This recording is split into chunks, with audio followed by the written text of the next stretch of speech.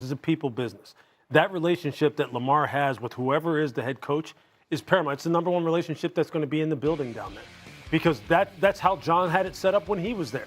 He did everything that he could in order to foster the growth in terms of his one-on-one interaction with Lamar and make sure that he was taken care of and he was put in a position to succeed. And whoever is coming in there, you're going to have to do the same thing. You can come in there thinking that it's going to be your way or the highway. Yes, I think a culture of an accountability needs to kind of be injected into that place a little bit more. But I can tell you this, understand who carries the big stick in Baltimore and understand kind of how things go there. And I think that's one of the reasons why I think, look, going into New York, I think that's probably one of the things that John's going to need to establish first in New York is, do you not think that place needed a little bit of an infusion of accountability there, considering how some of the players there were not doing the things that they needed to get done? Right. He needs to get back to that. He needs to establish that. John will hire great assistants. He's done that his entire career. He knows how to identify up-and-coming coaches. Look at how many guys he has had that have become position coaches to coordinators to become head coaches. He'll be just fine that way. But both of those places are interesting places to watch for different reasons. The place that he just left in Baltimore, and then what is he going to get done in New York? But here's the difference in Baltimore now than when John, inherited when I was there. The difference is the next coach will probably be there longer than Lamar. Right? We're talking about an organization that doesn't fire people, only 3 coaches in his whole time. So Lamar power is not going to be as strong as it used to be because Harbaugh would never have lasted longer than Lamar's career. That's the difference. I disagree. Okay. Because the window of opportunity for them to try to cash in on the Super Bowl. Coach. But here's my thing, though. Lamar Jackson is the most important piece of them trying to win a Super Bowl. So things are going to be tailored towards Lamar. I promise you. This is interesting. What are they looking for? Like, where are they in this? Well, look, this is it. They're interviewing everybody. Mike McDaniel interviewed for them, but then, of course, you're going to have all the defensive coaches, too. Jesse Minter, who used to work there. Like, there's a wide thing here. What's interesting to me is Steve Bisciotti in that press conference, which got a lot of press, said, hey, if I'm flying up for that second round of interviews from Florida and I'm going to meet with these guys for 8 hours a day, Lamar Jackson, you have an open invite to join me. This is putting a challenge out to Lamar. Are you going to come up to Baltimore and sit in 8-hour meetings with each one of these coaches and have an input? If not, I'm the decision maker. I'll make it. I think Lamar, a lot of eyes are on him right now because Harbaugh's gone, and it's a new era, second chapter. He's 30 years old, and it's his opportunity now to have a play and have a voice in what happens. Peter, I don't think there's any way at all that they can go through this process without him being there and expect it to have a high probability of succeeding and getting them over the top the way they want it to. He has to be involved, Bart. Bart, he has to be involved. That message now to Lamar Jackson, be involved. You have to take advantage of that opportunity if you're Lamar. The person that had the most power ever and still yields the most power there was Ray Lewis. Ray Lewis had nothing to do with the hiring of John Harbaugh. But hey, you know what? Was Steve Bisciotti putting it out there in public saying, hey, look, I need you to be involved? Yes. He's already said he needs him to be involved now. He said we'll take his opinions, but he yields no power. Listen, Steve Bisciotti is his own man. Oh, okay. You're seeing a little bit of the interesting dynamic there. There's stuff going on if you've been following it and sort of reading some tea leaves and breadcrumbs and articles, and a lot of that is dangerous to do. Look, I'm sitting here 1,000 miles away. I don't know the particulars of the situation, but that Ravens one feels like one worth keeping a close eye on for the hire and then into the season. Now, let me run quickly the hurry up with Peter here through some other coaching carousel stuff. We got Brian Daboll out there. What are we hearing about with him? Really interesting. Brian Daboll today is in Tennessee interviewing for the head coaching job with the Tennessee Titans. Why is that of note? Well, he's had success with Josh Allen and with Jackson Dart. And he and Mike Borgonzi do have a very close relationship. Borgonzi, the GM of the Titans, they were together in Kansas City in 2012. I would not dismiss Brian Daboll there. And if not, that Eagles offensive coordinator position sounds very, very interesting for Brian Daboll. The Cleveland Browns head coaching job is open, and there's a sort of a name not a lot of people know that you're looking at. Here's your wild card. He turned 30 on Tuesday. His name is Grant Udinski. He's the offensive coordinator for the Jacksonville Jaguars, and he will be interviewing for the head coaching job with the Cleveland Browns this weekend.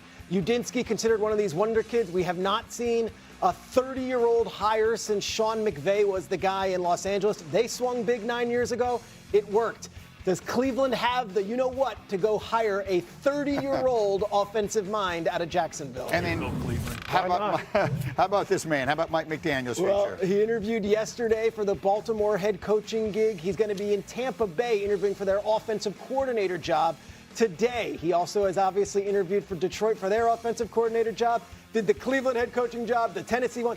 Everyone wants to talk to Mike McDaniel. The question for him is he better off going to be an offensive coordinator with a sturdy franchise or taking a second swing at being a head coach for maybe a less sturdy? And it's made one stop so far, and it was right here across the river in New Jersey. John Harbaugh and the Giants finalizing an agreement to make him their next head coach. They're 7-27 the last 2 years. They've won just one playoff game since Super Bowl 46, but suddenly everyone in this town is talking playoffs. They're talking championships. They're excited because they match this coach with this young, talented team. So the thing that needs to get worked out here is who's going to be the one coaching Jackson Dart. That feels like the big question going forward. 2 hurdles to get over here. First, I'm waiting on a text any minute now that this thing is done. It still hasn't been finalized. And when you see the Giants social media team announce it, that's when it's official. So here we are 24 hours later, and still all the T's have not been crossed and all the I's have not been dotted. They will be. Secondly, everyone assumes Todd Monken's coming with them.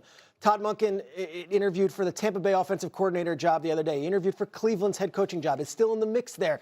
This could be a very interesting next few days because there are so many attractive offensive coordinator jobs out there, including Philadelphia, LA Chargers, Tampa Bay, Detroit, that just assuming Todd Monken, one of the most coveted offensive minds, is going to go with Harbaugh, it might be premature. They have to have their backups in hand as far as what they might do if Monken goes elsewhere. This is going to be the most important hire of Harbaugh's staff. Who is going to be with Jackson Dart? Clearly. So, but pending that, you're telling me you believe the Giants are a playoff team. How soon? Next year, 2026. And if they can't do it, then I think that's a failed season for that team. And here's why.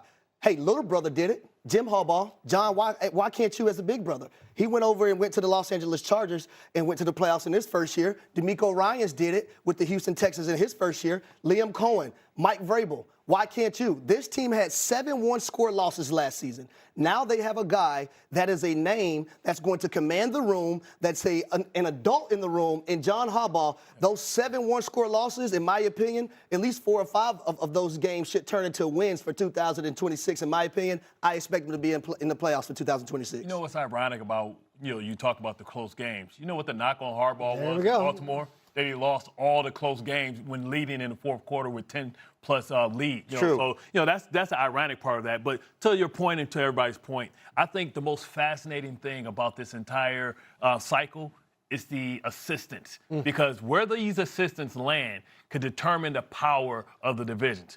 Where Mike McDaniel goes if he decides to stay as a coordinator, where Jim Schwartz goes and how that affects the power dynamic in this league and divisions. What if, oddly enough, what if he decides to go get Rex? He hired Rex in Baltimore before. Who's right? it? John Harbaugh you're talking about? Yeah. He was his coordinator in Baltimore. What about Wink Martindale, Anthony Weaver? Not just the offensive player, coordinator, the defensive coordinators, as we look at these playoffs, are the ones that's running these playoffs. And something I want to touch on quickly, because we touched on it briefly in the first hour, but the job that John Harbaugh leaves behind in Baltimore is a fascinating situation to me.